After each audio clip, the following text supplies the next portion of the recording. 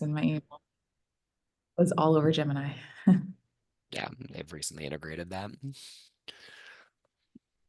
Right. So lots of news going on with Google right now. ChatGPT, AI, as you mentioned, Gemini is everywhere. Chris? Yeah, we are seeing a ton of new features come out, new like kind of exciting like aspects of both Google and AI. It's been interesting. Google's earning reports came out this month or today, and they actually have beat quarterly revenue earnings, but their revenue rates are falling a little bit. So it's been interesting to see kind of like the impact that's had on the market and everything like that. As well.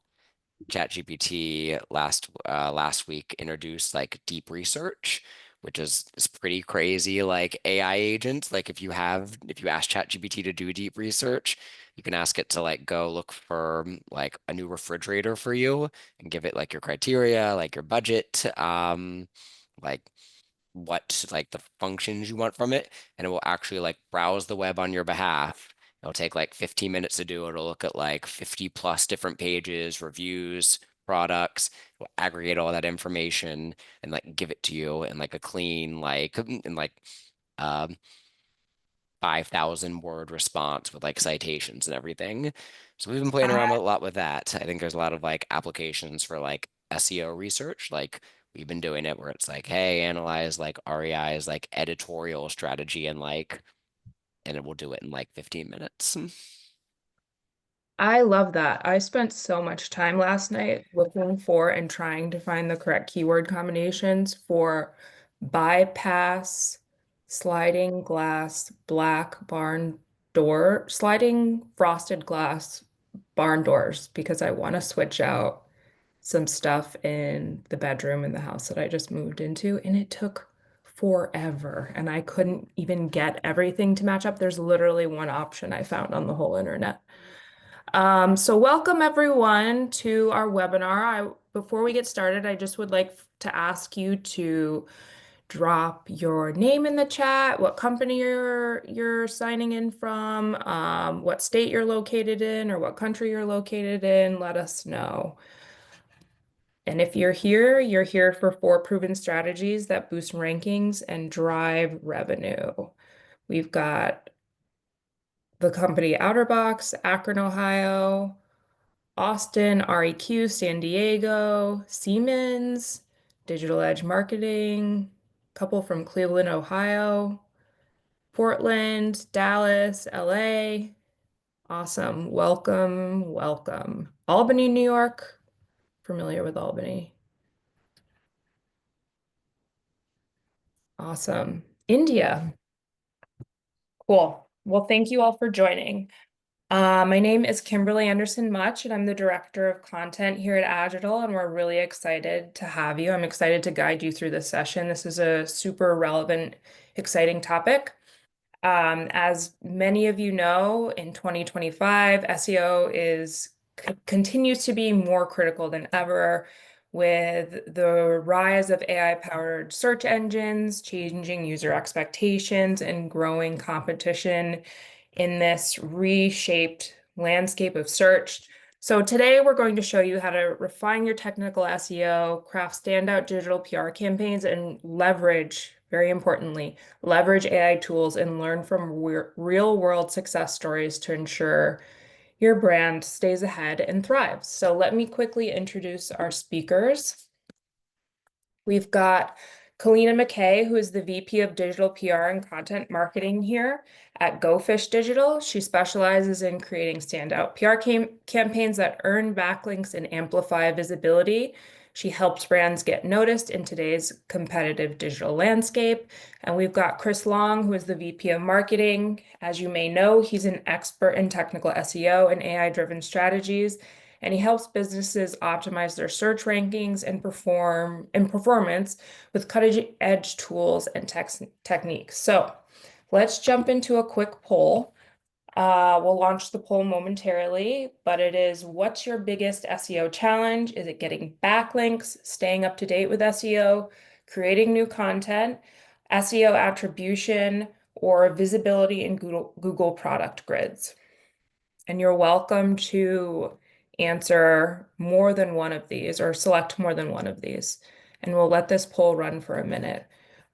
Chris and Kalina, what are your thoughts on biggest challenges in SEO? Yeah, so we're seeing it vary across like industry, vertical. I think especially if you're in retail, like we're seeing more and more retailers express interest in getting included in Google product grids. Those are like the kind of like e-commerce type of results. If you search something like white dresses, you'll actually see like the commerce style results with the faceted navigation. That's been something we've been doing a lot of testing around, and we think it's heavily structured by data feeds. So we've seen that as a really big pain point. Backlinks are always one that we've seen throughout time, as well as creating new content. It's oftentimes easy to find the research of like, hey, here's like the strategy we need to create, but then actually getting like buy-in to create that new content is always a challenge. Yeah. Yeah. According to our poll, it looks like getting backlinks is one of the biggest challenges, followed by a tie with SEO attribution and staying up to date with SEO. So you're definitely in the right place if you're struggling with any of these things. Chris, I'll hand it over to you and you can kick it off and get started. Cool. Thanks, Kim. So wanted to start by kind of talking about one of the bigger challenges that we've seen in the industry, and that's that a lot of people have lost faith in SEO, especially with like all the information that's out there with like LinkedIn, Twitter, Reddit. There's a lot of different voices in the industry. It's very hard for people to know, hey, what's working in the industry, versus what's not, right? With so many voices and so many different things, sometimes there's a lot of, you know, posts that do quite well or advice that does quite well around like easy AI hacks or ways to game the Google system. However, generally that's not how we've operated. Generally, the way GoFish has operated and Agile has operated has been more, hey, let's use real world examples, real data-based ways to identify things, to actually research things like Google Patents. So we have some data-based way of viewing like what's actually working in search and what's not. So while there's a ton of information and a ton of people to follow in the industry about like what's best for search, we like to really keep things data focused when what actually works in the real world. This session today will kind of like show you a lot of that. It'll kind of show you not just what we're recommending from an SEO perspective, but like why we're recommending it, the data behind that, and some real world kind of case studies for both SEO and for the way we approach like link building or digital PR in 2025. So, And oh, oh, good. sorry, Chris. And Kalina, did I miss something that you wanted to say? No, I was just going to add on the note about backlinks. It's definitely a challenging thing, and I think as more people continue to emphasize backlinks in their SEO strategies, they're even harder to get because it's more competitive. So that's definitely something that we're going to chat about throughout the webinar. Awesome. Thank you. Cool. So I think we can start off by talking about just general SEO strategies for 2025. A lot has changed in the industry. The SEO has changed in the past 2 years faster than it ever has before, right? The advent of ChatGPT and then concurrently ChatGPT search has really caused a ton of changes in the search industry. Google's changed their interface with AI overviews, ranking fluctuations, Reddit now ranking in the search results. A lot of different moving parts in search over the past few years. So we're going to talk about what some of those changes are, and then how we as an SEO community can really prepare ourselves to stay ahead, to really understand, what do we think is driving the search results today? What have we learned from things like the Google API leaks? And how can we kind of use database ways to inform our search strategies moving forward?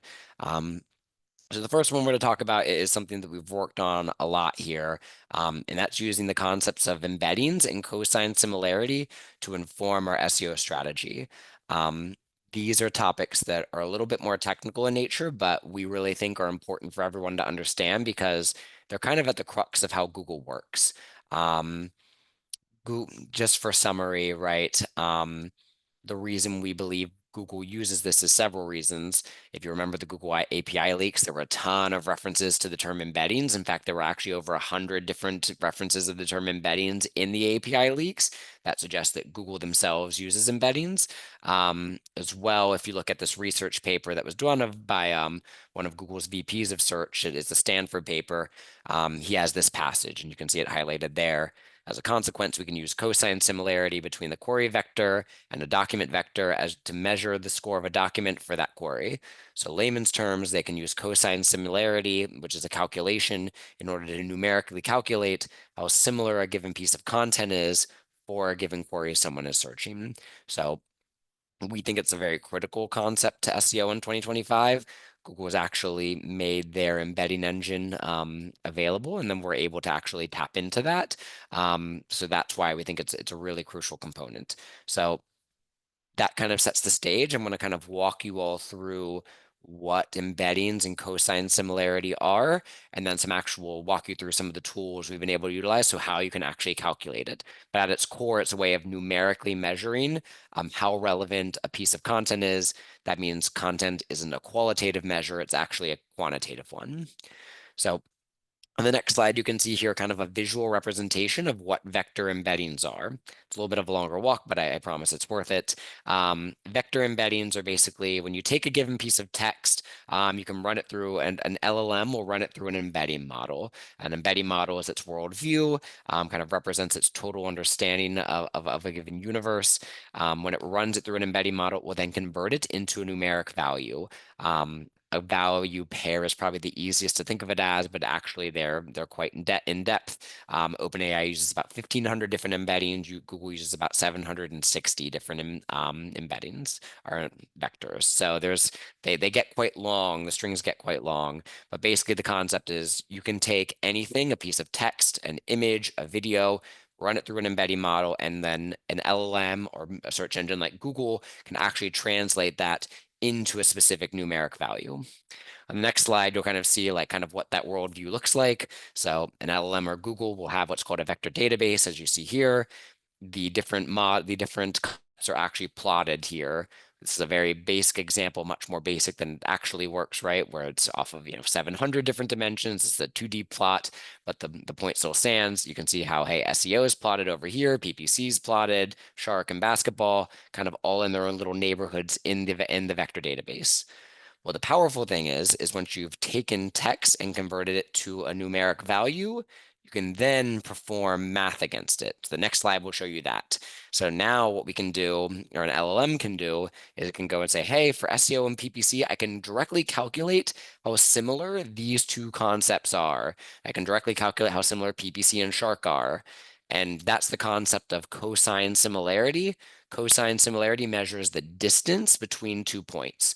So in general, the closer the distance, the more a search engine, the more an LLM will recognize that they are similar concepts, the more Google will likely be able to return content that has high similarity, the more an LLM like ChatGPT will be able to return text related to those topics. So if I was asking ChatGPT about SEO, I might get PPC in the response, right? Because they have numerically decided they're fairly close in concepts, right? They're both related to digital marketing, performance marketing in some way. Or if I start asking, a search engine or OpenAI about PPC, I'm not going to get responses about Shark or basketball because they numerically know that these are not close concepts, not to return them in the actual engine when it's creating the predictive engine, right?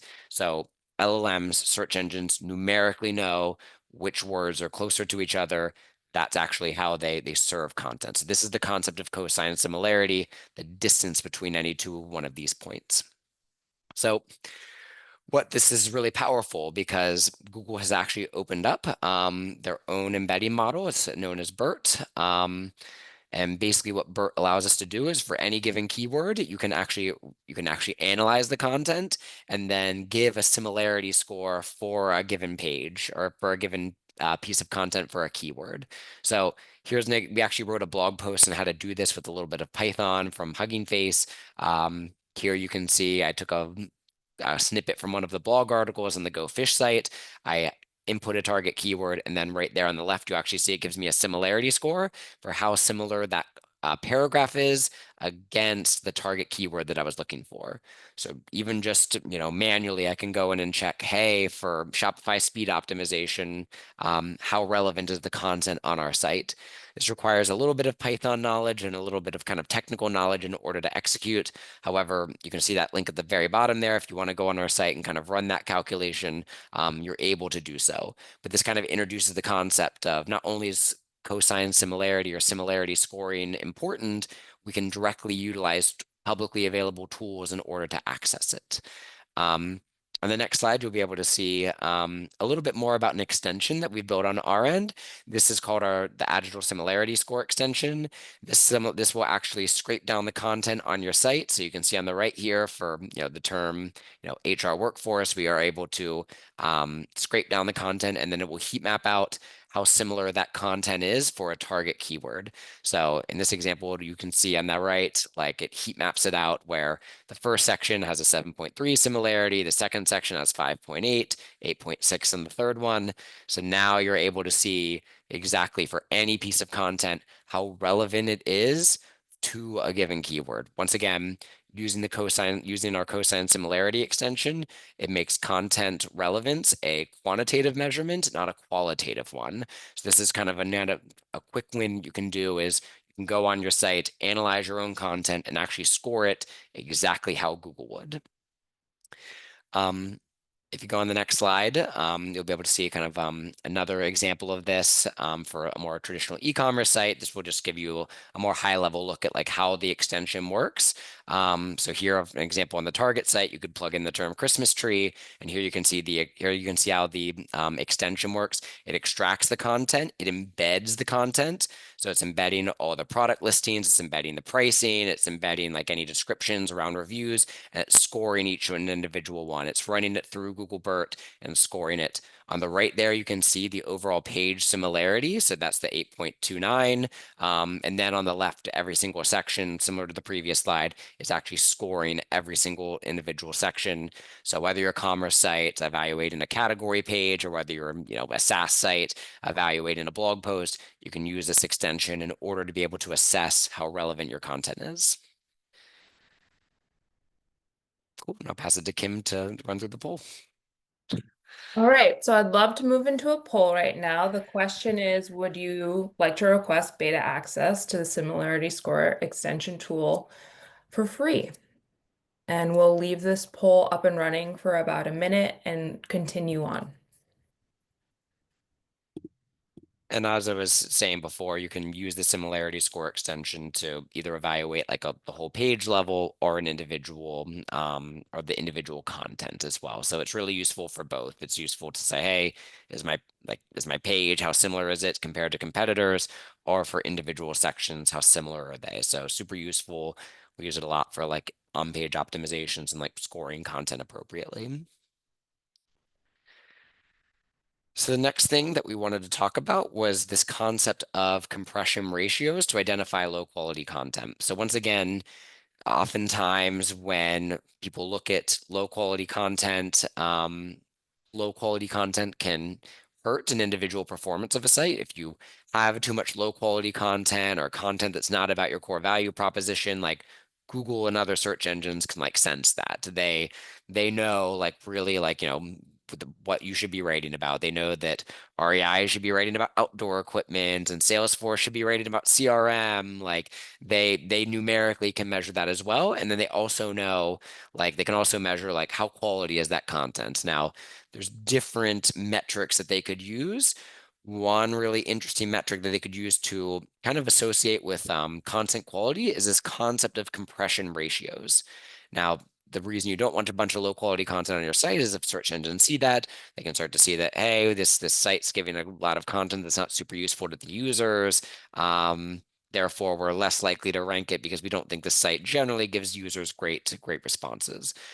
Compression ratios are a way they might be able to measure kind of how quality a piece of content is. The more likely a piece of content is to be compressed, the lower quality it is. So we actually found like research done by Googlers to say that they could use compression ratios as a proxy to assign quality scores. So on the next slide, you can actually see we've been able to, once again, leverage that research on our own blog. So if you scan this QR code, you can get access to our blog. It will give you the Python script to actually be able to calculate compression ratios of the content on your own site. You'll be able to find basically which content has higher compression ratios. Basically, you can scrape out a lot of like unnecessary or redundant text, and which ones has lower compression ratios. And then here's an example of analysis we did in our blog where you can see we were very quickly able to find content with very high compression ratios and which ones had little compression ratios. Once again, now we're numerically scoring our content in terms of quality using kind of a database approach, using something that's tied back to actual research that Google has done. That's something, and you can, here's the page level. On the next slide, you can kind of see the more like holistic view.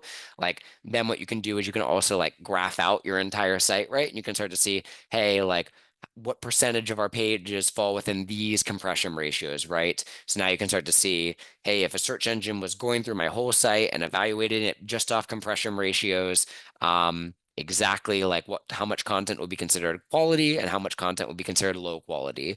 So here you can see we did this analysis on the Go Fish Digital site. We can see we generally have pretty good compression ratios. Our content wasn't super compressible, meaning that generally we would likely have higher quality content. However, if you were seeing that like, hey, we run this and the graph looks like this, but is flipped on the right, and there's a ton of like really highly compressible content, well, that might be a sign that, hey, we have a lot of content that might not be helpful, and a search engine could very quickly identify as lower quality. So once again, another data-based way to be able to directly see, hey, how quality is our content? Is it high quality? Is it low quality? And we can use compression ratios as a proxy to measure that. Cool. So now I want to talk about kind of the third thing to really consider for SEO in 2025, and that's preparing everyone for the concept of decentralized search. Like people are still searching Google, right? But where the market share is certainly diversifying, right?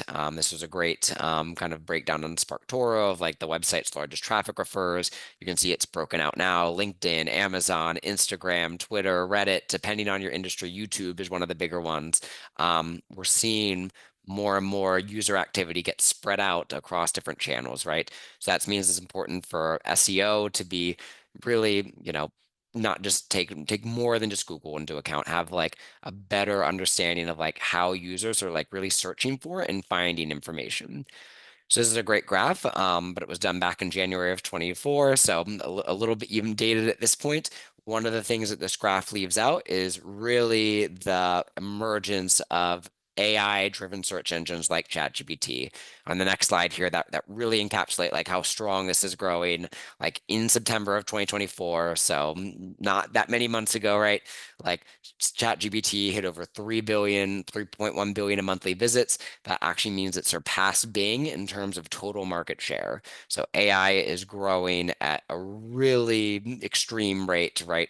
Faster than many other platforms or potentially any other platform that we've seen in the past. Users are adopting ChatGPT and going more and more to LLMs for answers to their information. So this is a really important trend for SEOs to be aware of, because it means you not only have to optimize for Google, you now also have to optimize for things like ChatGPT, Perplexity, understanding like where users are getting their information and coming up with a strategy to actually be visible in both places. Because the way users are searching is decentralizing. We need to understand not only where they're searching now, like in places like Google, but where they're going to be searching in, a year or 2, 3 years from now in places like ChatGPT and Perplexity. So it's very important to understand kind of the search market share and how it's kind of dividing amongst different AI-driven search engines. On the next slide, you'll be able to see like one of the biggest opportunities for a lot of brands right now is to get included in ChatGPT search function. So often like a pro tip here is if you were looking to get included in LLMs more, like really monitor your keywords that trigger like the search function. So here I asked for what are the best hiking boots, and there you can see it says it's searching the web. This is much more like SEO driven. This is where ChatGPT is actually using its search interface and like looking at different pieces of content to scrape into the search results and provide an LLM driven answer. This is where more like direct SEO comes into play, where a lot of brands are going to be able to have a lot more like short-term influence on the result. So if you're looking for a way to better influence the results of things like ChatGPT, like understand which questions people are asking about your brand that you would want your brand to show up for, and then monitor when it starts using that search functionality, because that's where you can actually use direct content to integrate your brand directly into ChatGPT. Another great pro tip is that we found that like when you use the term best, that is highly, highly likely to trigger ChatGPT search functionality. Like when you search best, there's a ton of cases where it starts to trigger search. That's a great keyword to kind of hone in on. So like if you were, once again, in the running shoes industry, you might want to optimize for best running shoes, right? Because that's going to be more likely to trigger the search functionality of things like OpenAI. We've also been able to, on the next slide, you'll be able to see like individual actual data-driven ways to see whether your brand is actually eligible for these search results. We have a lot of clients like reaching us out to us now saying like, hey, am I even like eligible for like OpenAI or like Perplexity?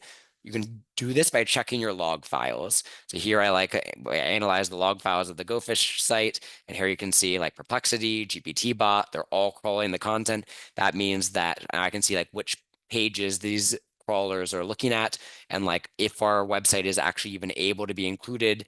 Here you can check your log files to directly verify whether you're eligible for AI-driven search or not. So that's the first step. If you're curious, is my website eligible? Ask your developer, buy them a cup of coffee, and say, hey, can I grab the log files real quick? You'll be able to directly get data to verify whether you're eligible for AI-driven search.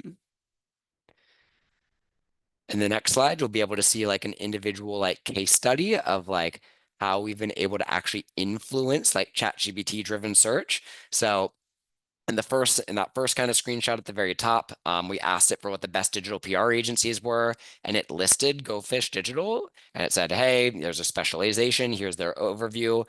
But like for every other client above us, like if you see that green flag example, like if they had notable clients, like they weren't showing that for Go Fish Digital. So what we did was we went back to the page that was we went back to the page that ChatGPT was scraping in, and we actually added notable clients. And then we went back and reprompted it a week later, and then ChatGPT search actually scraped in notable clients that we listed on our own site. So we were actually able to directly influence via the search function, like what was happening like in ChatGPT search. So super powerful, really cool way we were able to actually directly influence what Google or what ChatGPT was showing for our own brand. So you can have the same influence if you are monitoring which queries are triggering the search functionality. So that wraps up the decentralized search section. Now I'm going to talk a little bit more about like content on kind of the next slide here. And now we're going to talk about like why brands need to double down on content strategy, because your content is going to be diversified across a lot of different channels now that search is getting more decentralized, and it's important to understand kind of like how that works. So next slide, you'll kind of see some reasons why we think it's important. One of the biggest reasons is that there's more opportunities for visibility. Like REI they do a great job of SEO. They've also put themselves in an amazing position for the future of search.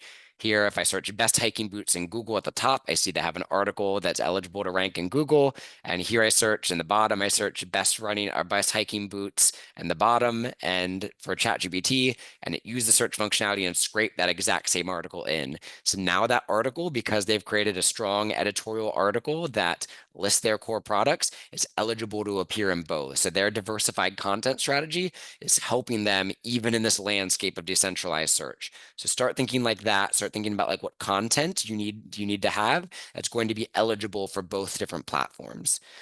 As well, on the next slide, you'll also see like how more specific content like also helps with like more specific searches. Like when people are prompting ChatGPT, one of the biggest benefits is like search is becoming like their search is becoming more personalized to them. Like I might ask what the best hiking boots are, but then I might say, hey, like maybe I have wider feet. Now I need to know what are the best hiking boots for men with wider feet, right? But now REI, since because they've had a really specific piece of content around that, they also get included in that search as well. So now, because they've created a very specific piece that appeals to a niche of their audience, they're still eligible to appear in ChatGPT search. And if you look at the products listed here, you can actually see they cite REI. So once again, they put themselves in a great position to be cited in ChatGPT search because of their specific personalized content approach. So how can you research this right? On the next slide, you'll see a little bit more information about how you do that. Use the tools that are available. Like on the left, you see Google Auto Suggest, where I search best hiking boots for, and it gives me different options: men, women, snow, wide feet. On the right here, I just asked ChatGPT, like, hey, like I'm looking for hiking boots. Like, what criteria should I be looking for? And it says, do you want day hikes, backpacking trips, trail running, rocky, muddy? Like, think about all the different personalized ways people will be searching for your brand, and then go out and execute a content strategy around that. Like the data is out there. You can use existing keyword data, autocomplete data, ask ChatGPT, your own personal data. Like think about all the different variants people would do to search for your services or products, and go out and create content, because search is getting more personalized, whether it's in Google, whether it's in ChatGPT. So creating that more specific content is going to benefit you in the long run if you're thinking in a 2+ year time horizon. The final kind of piece of the AI part is kind of on the next slide. You'll see a little bit more about like AI overviews appearing more in search. We're certainly seeing Google is pushing more. Here I search for CRM. I can see an AI overview. It's our LLM-driven answer that directly answers the question directly in the search result. If you are looking for inclusion here on the next slide, that we have a little bit more information, like it's going to be a similar strategy where you're going to need to have semantically related content that's well optimized, where the data is structured really well, using things like bullet points or key value pairs or bulleted lists or numbered lists. That's going to help you better optimize for both ChatGPT search and Google's AI overviews. Having semantically related content that's really relevant to personalized search, that's going to put your brand in a good position. So think holistically about your content strategy and how you're executing, because there's going to be kind of a diverse set of ways people are searching, whether it's in ChatGPT search, whether it's in Google, or whether you're actually seeing an AI overview for it. Cool. So the final kind of important strategy to note for 2025 is that links are still very important to SEO. In fact, a case study from Ahrefs just came out last week that really showcased this. They basically did a correlation study. Obviously, correlation isn't causation, but it's good data to know between actual backlinks and referring domains and rankings, and they found that they still have a pretty strong positive correlation to performance in the search results. So you can see that there, that backlinks and referring domains were probably two of the biggest indicators in the study of a site's ability to perform in the actual rankings in Google. What was also interesting in the study was on the next slide is that they found that like the correlations got even stronger when they looked at really high volume searches. So searches that had 100K plus in terms of search volume actually had a correlation of 0.3 in terms of correlation to actual rankings. So that shows, especially if you're in an industry where you're competing for like really competitive keywords, links are going to be extra important, right? We found the study showed that links were still important in the first place, but are even more important for high volume searches. And the data also showed some interesting insights that they were more important for informational searches and also more important for local searches as well. So links should still be a strong part of your SEO strategy. They still active as votes of confidence, and we can see actual data evidence to show, hey, this is why links matter, and this is why they're still important for Google search. So on the next two slides, I just want to walk through just a couple quick case studies about how we've been able to like help advise clients in these types of things. The first one's for kind of a boutique apparel shop called Bella Ella Boutique that sold a lot of like women's fast fashion, right? We were able to work with them throughout the years to drive 300% revenue growth and use a combination of both SEO and digital PR.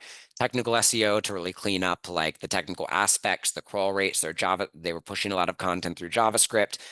Also their like category and product page strategy, digital PR to actually improve links, running like interesting campaigns such as what's in your closet, a survey about what's in your closet, as also writing about like 5 ways to wear a full top, and then pairing that with an influencer campaign, earning coverage in places like the Huffington Post, ABC News, and a lot more. We generally find that when we pair SEO and digital PR, it helps brands and companies run a little bit faster because we're getting the technical SEO content signals as well as the actual link signals that matter for search engines. On the next slide, we also walk through, this is also another really interesting case study from a child safety brand called Kiko. We were able to help them establish an end-to-end SEO program that improved revenue of 14% year over year for them. And it had a 37% increase in quarterly revenue and over 150% in first page visibility. We work with them to really establish like what were their key product or categories. So for things like child car seats, we work with them to create comprehensive category pages that were like rich in content, had strong internal links, as well as help them use content and create end-to-end content for category pages, blog posts, content they would need to perform better. So a couple of interesting case studies where we've been able to use kind of content, technical SEO, and digital PR to have strong effectiveness for clients. Once again, giving us more data to show that like the technical SEO piece and the content piece work in today's search environment. All right, that was such an incredible amount of information and so rich. I love how you incorporated a holistic approach to SEO with content strategy, Chris. That was really interesting. Kalina, let's hear about digital PR campaigns. Yeah. Thanks, Kim. Yeah, so it's kind of building off what Chris just mentioned. Obviously, you know that you need links, but as you told us at the top of the webinar, they're really challenging to secure. And what we've found is that digital PR is one of, if not the most effective strategies to build organic backlinks from high authority editorial sites. It's a strategy that uses public relations-based techniques to achieve SEO-based goals. And while these editorial links can have huge impacts on your domain and your ability to appear in search, they're also really hard to come by because everybody wants them. So it requires a lot of upfront planning in terms of content creation in order to get the results that are actually going to move the needle. So we're gonna, oh, I'm sorry, Kalina. No, go ahead. No, We're go ahead. gonna launch a quick poll just to find out what your biggest pain points are with building backlinks. So we've got identifying targets, getting journalist interest, measuring success, or something else. And if it's something else, please put it in the chat. We'll run this poll for a little bit and allow Kalina to get more into some slides. For sure. Yeah. I mean, I know journalist interest is really hard to come by, especially when it's such a competitive market. So that's definitely something we're going to talk about a little bit more. But when it comes to digital PR, one of the great things about the strategy is that there's a lot of supplemental benefits. So obviously the main KPI is going to be backlinks. They act as a vote of confidence in the eyes of Google. If a site like Forbes or Business Insider that has a well-established reputation trusts your website enough to link to it, then search engines assume that they can also trust your website. They're essential for ranking, like Chris walked us through. But one of the great things about this strategy is you don't have to have a well-established brand name in order to be successful. It relies a lot more on the content that you're producing rather than the brand that it's coming from. All that to be said, getting coverage in these mainstream publications can have a ton of other benefits beyond just the link itself. So while the coverage probably won't lead to any immediate conversions or minimal conversions, just getting a brand mention in a mainstream publication can go a long way with recognition and awareness in addition to traffic and link gains. So on the next slide, if publications aren't writing about products and services, what will they write about? The trick here is to come up with topics that a journalist is going to want to cover and ones that fit into the current news cycle. So because the main goal is backlinks, you have a lot more flexibility in terms of the types of content that you produced. So you want to think about things that are related to, but not necessarily about your brand or service, but instead have at least one degree of separation from your primary product and revenue driver. We've talked to a lot of journalists and we've heard firsthand that they don't want to cover things that sound like an ad. In fact, they can make a lot of money from sponsored content, advertorials, and things of that nature. So you really have to find that balance of providing interesting content that makes sense to come from you, but isn't going to sound like an ad. So for example, we've got an outdoor kitchen appliance company, and for them, we ran a survey about food preferences. So like, how do people prefer their burgers? Whether or not a hot dog should be considered a sandwich and things like that. this makes sense coming from them because a journalist isn't going to interpret that as an ad pushing their products, but it's a fun piece of content that they can write a story about and then turn into a conversation piece on their site. Kalina, I just want to stop you there and share the results from the poll. We've got a lot of getting journalist interest, and then I see a lot in the chat about proving ROI for clients. One comment, we are the SEO team, not the brand team. I'd love to hear your thoughts on these. Yeah, definitely. That's something we talk about a lot. I mean, there's a lot of different ways to measure ROI and it's really tricky. I think from the perspective of like, we're the SEO team, not the brand team, you really have to lean into that backlink side of things and then look at overall rankings, improvements in your online reputation. So like your DRDA, that kind of thing. But at the end of the day, you can lean into, we are the SEO team, but we're also earning these brand benefits as well. So it's definitely a strategy that blends a lot of different verticals and a lot of different focus areas. Thank you. All right, we can move on. Cool. So another piece of digital PR is a data-driven component. So data is a really great way to set your story apart in a journalist inbox. Like you guys just said, getting journalist attention is really hard. So when you're brainstorming concepts, it's critical to think about ways that you're going to provide value to that journalist. You want to not only spark a story idea, but then also entice them to write a story that they're going to link back to your website. So for instance, like I just mentioned on the survey topic, you can craft questions, you can poll people, pull out key insights, and then create a unique data set. So for this case, this was an SMS marketing company. We asked people what pleasures they would sacrifice to keep their smartphones. So it was a series of would you rather questions, which spawned into a larger conversation piece for journalists. One of the insights from this, we found that 30% of people would rather give up their dog over their smartphone, which is a really crazy statistic, caught the attention of journalists, and then journalists wrote a story about it. But then they can say, like, don't take my word for it. Here's a link back to the study that said this, and here's all the methodology details. So it really opens up that opportunity for them to link back to your website. And then to kind of tie your campaign together, it's really beneficial to add a visual element. So this helps condense your key insights so reporters can quickly understand what you're trying to communicate in just a few seconds. So whether that's visualized in a donut chart like that last example, or right here in a city plotted on a map, graphics can really go a long way in bringing a story to life. You can go as far as like including graphics in your pitches that you send directly to journalists. And more often than not, they might not use that graphic because they probably have their own design team and it might not match their brand guidelines, but it's still really great for catching their attention and breaking through the clutter of their inbox. So even if they don't use your graphic on their story, it's still super beneficial in capturing their attention. And then once you start pitching, it's important to put some thought into how you're going to deliver that content to the journalists. So the content is obviously a huge piece, but then what you do with the content after you have it is just as important. So while you want to keep topics broad and appealing to wide audiences, when you pitch, you want to think about narrowing it down to the statistics that are most relevant to the journalist's coverage, history, and audience. So for instance, if you're pitching a campaign about NFL fans to a journalist in Wisconsin, you wouldn't want to lead with insights about Kansas City.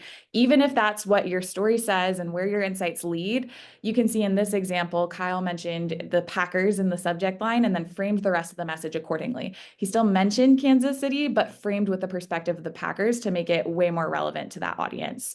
Historical coverage aside, whether this journalist is a Packers fan or not, his audience is going to care a lot more just due to proximity alone. So you can look into historical coverage and probably see that this reporter has written a ton of stories about the Packers, but even just knowing where they're based can go a long way in personalization. So actionable tip, journalists get dozens, if not hundreds of pitches every single day. So standing out is really, really key. It's important to brainstorm content that's going to wow a journalist. It's going to be new. It's never done before, not something that they can just find on the internet. And journalists are looking for stories that are going to resonate with their audiences. So they want to drive clicks and visibility for their own publication. So you kind of have to think of it from that perspective. Timeliness is also really key. It gives journalists a sense of urgency because there's a limited period of relevance and they're probably already writing stories about timely topics. And just note that the news cycle can be really challenging to predict. You're not always going to predict it perfectly, but try to think ahead of when you're brainstorming, what's going to be timely when you're pitching a campaign, not what's timely right now, but what will be timely. So key takeaway from all of this, because a lot of people want to be featured in stories and on these major publications for a variety of reasons, you have to really earn a media placement. So everything from the topic that you select to the visuals that you pitch, every part of the process should appeal to a reporter to maximize your percentage chance of receiving coverage and receiving that coveted backlink. That's going to make a huge impact on your domain. So we've talked a lot about strategies and how to execute. Want to kind of show some examples of this in play and the types of results that they earned and you can expect to earn from this kind of strategy. So Joybird is a furniture company. They sell everything from couches to kitchen tables and everything in between. So for them, we launched a survey asking about home organization techniques. So things like how often they clean, what systems they use, what rooms give them the most issues, and things like that. Insights included things like 22% say that the living room is the messiest room in their house. 48% say that they organize their home on a weekly basis, and 14% of people would rate their home a perfect 10 out of 10 in terms of cleanliness. We intentionally write our survey questions with a lot of different backup angles so that we can A/B test. If one stat doesn't resonate, you have a ton of other options that you can kind of fall back on because you never know what each specific journalist is going to find interesting. So make sure you bake in a lot of different options. This campaign earned 88 backlinks, including sites like Quartz, How It's Beautiful, Apartment Therapy, and a ton of other national publications. And it makes sense to come from Joybird because home organization and furniture go hand in hand. Many furniture products are also storage solutions, but at the same time, this doesn't come off as like Joybird's just trying to sell me another couch. So it's not off-putting to a journalist. It's an interesting piece of research that is going to be interesting for them to write a story about.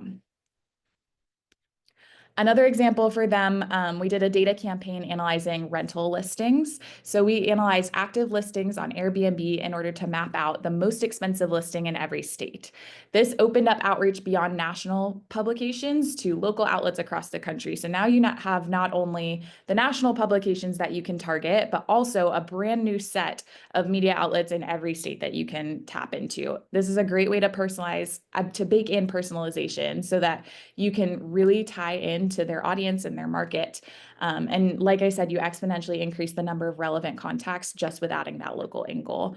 So this campaign earned 188 backlinks from those national sites like Travel and Leisure, Matador Network, and then also a ton of local publications, biz journals, and other areas around the US. Local links can be really powerful. Just like those top national sites, they carry a lot of weight and authority, and oftentimes they're new referring domains for a site, which is even more beneficial from a link building and SEO perspective. We tied this one back to Joybird because rental owners have to furnish their Airbnbs, of course, and especially in those most expensive listings, that kind of allowed us to tap into the luxury interior design space while also creating a really cool piece of content that people can relate to and is close to home. Last example here, this is a contest that we ran. So contests are a little bit different than the other examples. They don't have that data component baked in that we kind of talk about as a really essential piece. But there's a lot of other ways you can kind of go about digital PR, and this is an example of it. So instead of relying on data, this leans more into the oddity, human interest angles of newsworthiness. This one really gets people talking and starts a conversation.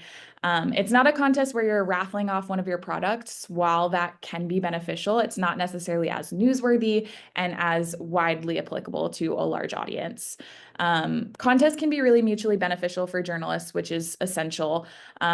People are going to click on a story telling them how to win money, so it's really a win-win situation for both you and the journalist. So this example, this is for a jeweler that sells engagement rings.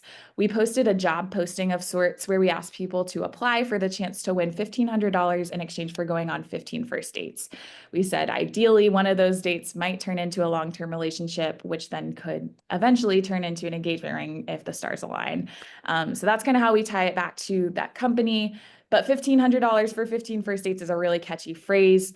It's just odd enough to get people talking and excited, but it's not too odd, not too far out there where somebody would say, I would never do that. I mean, maybe you would say that, but there's definitely people that would do it.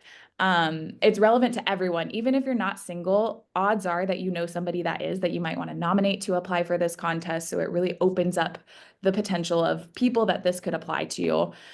So with all of those things working for it, this campaign earned 523 backlinks, 24,000 landing page sessions, and we had 8,000 people apply that we got to sort through to pick the winner to go on 15 first dates. This one got coverage from top tier news sites like CNN, Newsweek, MSN, lifestyle publications like Vanity Fair, and pretty much everything in between. Kalina, those are some incredible results. Before we move on, I just want to launch a final poll. We're really excited to offer you the chance for a free personalized SEO audit. Um, Chris, can you give us some detail about what is a part of this audit?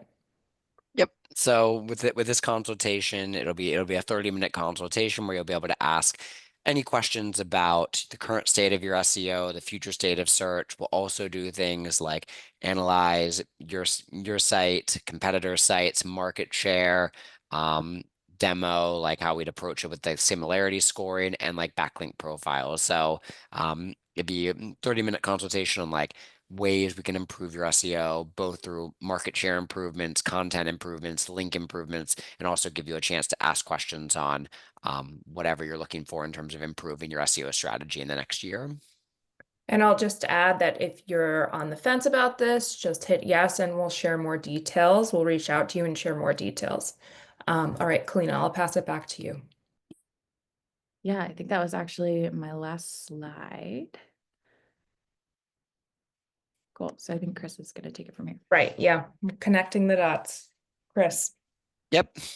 So hopefully this has all been super informative for you all, right? I think in general, throughout our years in the search industry, we've generally found that the sites and brands that see the best success combine all the things we've talked about today: tech SEO, digital PR, right? Generally, like we've seen clients that do that generally move the fastest.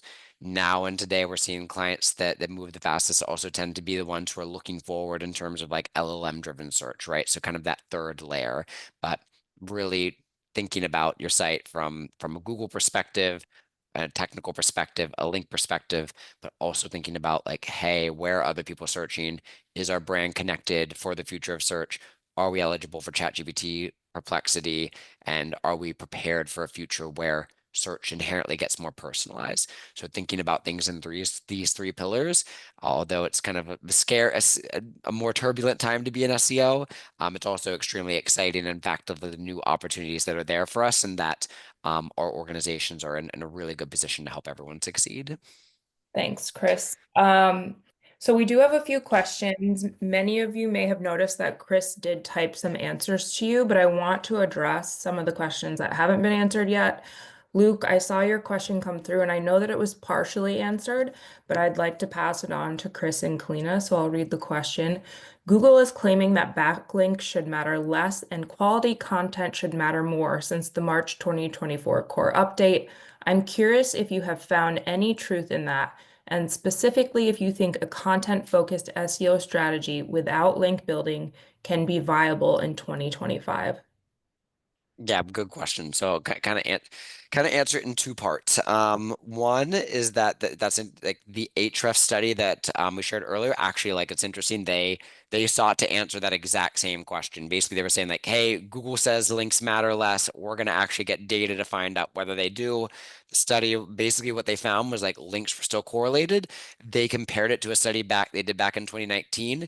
I think the correlations were slightly less, but like overall the same. I need to like double check the data, but basically the answer was that links still matter. They still found correlation with search, especially in high volume search, informational search, and local search tended to be the categories where it trended to be even more correlated. So that's actually exactly what the Ahrefs strategy showed, or the Ahrefs study showed, and we've seen similar things with our clients, right? So like I said, but when we see clients that pair technical and digital PR, they tend to perform better.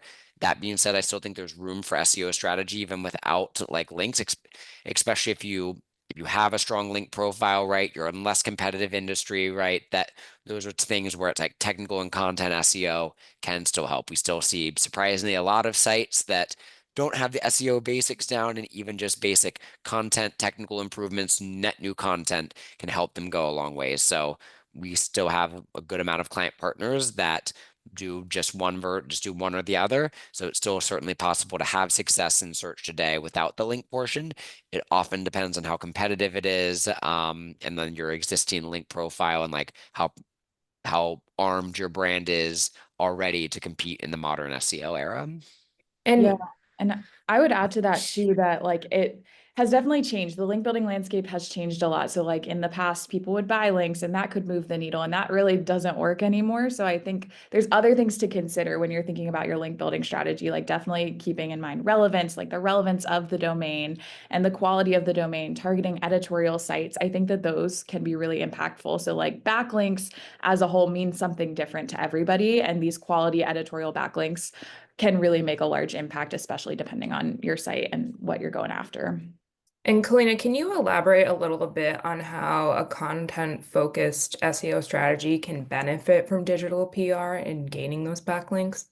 Yeah, definitely. So essentially, getting more backlinks is going to add to the overall authority and the visibility of your website. So while you might get links to these specific landing pages, like these surveys, that doesn't mean that only that landing page is going to benefit from the link building strategy. Your entire domain is going to see a lift over time. It's definitely a long-term strategy that takes time to kind of build upon itself. But as you start to build more links, you'll be even more competitive in the SERPs for those top priority keywords that you're going after. I think something else to keep in mind when you're putting together your content strategies is your internal linking structures. So the pages that you're getting a ton of backlinks to, for instance, these like surveys, you want to keep a lot of internal links to your priority pages in order to maximize the flow of link equity. So lots of ways you can kind of maximize your efforts on the digital PR side. Thank you. We've got a question from Maureen. Is there a way to pull a report showing what backlinks you currently have and if those are quality backlinks? Yeah, so I mean, there's a few different ways to measure quality. We use Ahrefs to pull reports on things like that. And quality can be just the domain rating of the site. So you can look at like a specific threshold. You can also look at relevancy. So you might get a backlink from a site that's on the lower end, but it's super relevant to your industry and super niche. So that's going to add a lot of power. You can also look at like what your competitors have links for and do gap analysis of the gaps where your competitors have links and you don't, and try to go after those sites. So yeah, a few different ways to look at things, but there's definitely ways you can pull reports on that. I don't know, Chris, if you had any other thoughts on that. Yep, exactly that, right? We use the same we use the same tools, right? Where it's like Ahrefs is Ahrefs, SEMrush, Moz, whatever your tool of choice is, that's how you can pull data about your backlinks. They use domain authority or domain rating as a proxy to how strong they are. Google if you don't have access to those tools, the other thing I'd add is Search Console also has like an internal, like as a links report. So you can actually see like which reports, like which links Google is actually specifically discovering against your site. We think it's best when they're kind of all utilized. So if you have access to multiple tools, it probably gives you the most robust view. But if you're just starting out, Google Search Console actually has some like internal reports where they'll actually give you link data that they're finding to your site as well. Great. Joseph, I see your question. I think this is a difficult question to answer without an audit, but I'm still going to pitch it over to the speakers. Our industry is very niche. We service professional car washes, not consumers. It is extremely hard to get backlinks, especially from manufacturers, since they don't want to have conflicts of interest with their other retailers. Should we be going after individual car washes? Yeah, so what I would recommend from a link building perspective is going after those editorial publications, like in the examples that I shared. So trying to find those areas of opportunity beyond just car washes. Maybe you're brainstorming topics in the auto space. Like maybe you could do a campaign about the most popular car brand in every state. So things like that aren't necessarily directly tied to your service and your offerings, but those will open up your opportunities. So then you can pitch national publications. You can also pitch local publications across the US, not just in states where you're located, for the SEO value. So I would recommend brainstorming those tangential concepts that have some kind of tie to the car space, but aren't directly about car washes themselves. Awesome. And then just a fast lightning round. We have 2 minutes left. Ari asked if you could focus on one part of what you spoke about today from the standpoint of a small startup, what would you choose? Chris will ask you and then Kalina in a couple of sentences. Yep. So tough to say without knowing like the industry and how competitive it is, right? It's probably going to be, if it's a competitive industry, even if it's a startup, it's probably going to be hard to compete without links. my first suggestion would be like focus on the content side of things first. Without the content that Google is able to, without the content to actually rank in the search engines, you won't be able to appear. So that's the first part of the infrastructure that the most sites need. Awesome. Kalina? Yeah, agreed. Especially if it's a brand new website, getting those links can make a really big impact and help you jump in your authority pretty quickly. So yeah, I think link building is a really great place to start, and brainstorming tangential content that can kind of maximize your ability to build links really quickly, right from the get-go. Great. Thank you both so much. It has been an absolute pleasure. This was such an information rich webinar. I learned things for sure. Everyone that attended, you will be, yes, it was excellent, Justin. Everyone that attended, you will be receiving a copy of the slides and also a recording of the webinar out via email. So if you'd like to share this information with a colleague, please forward it to them. And keep a lookout for our upcoming webinars. There are a lot of amazing experts at Agital, and we host webinars at least every other week. So check us out. Thank you.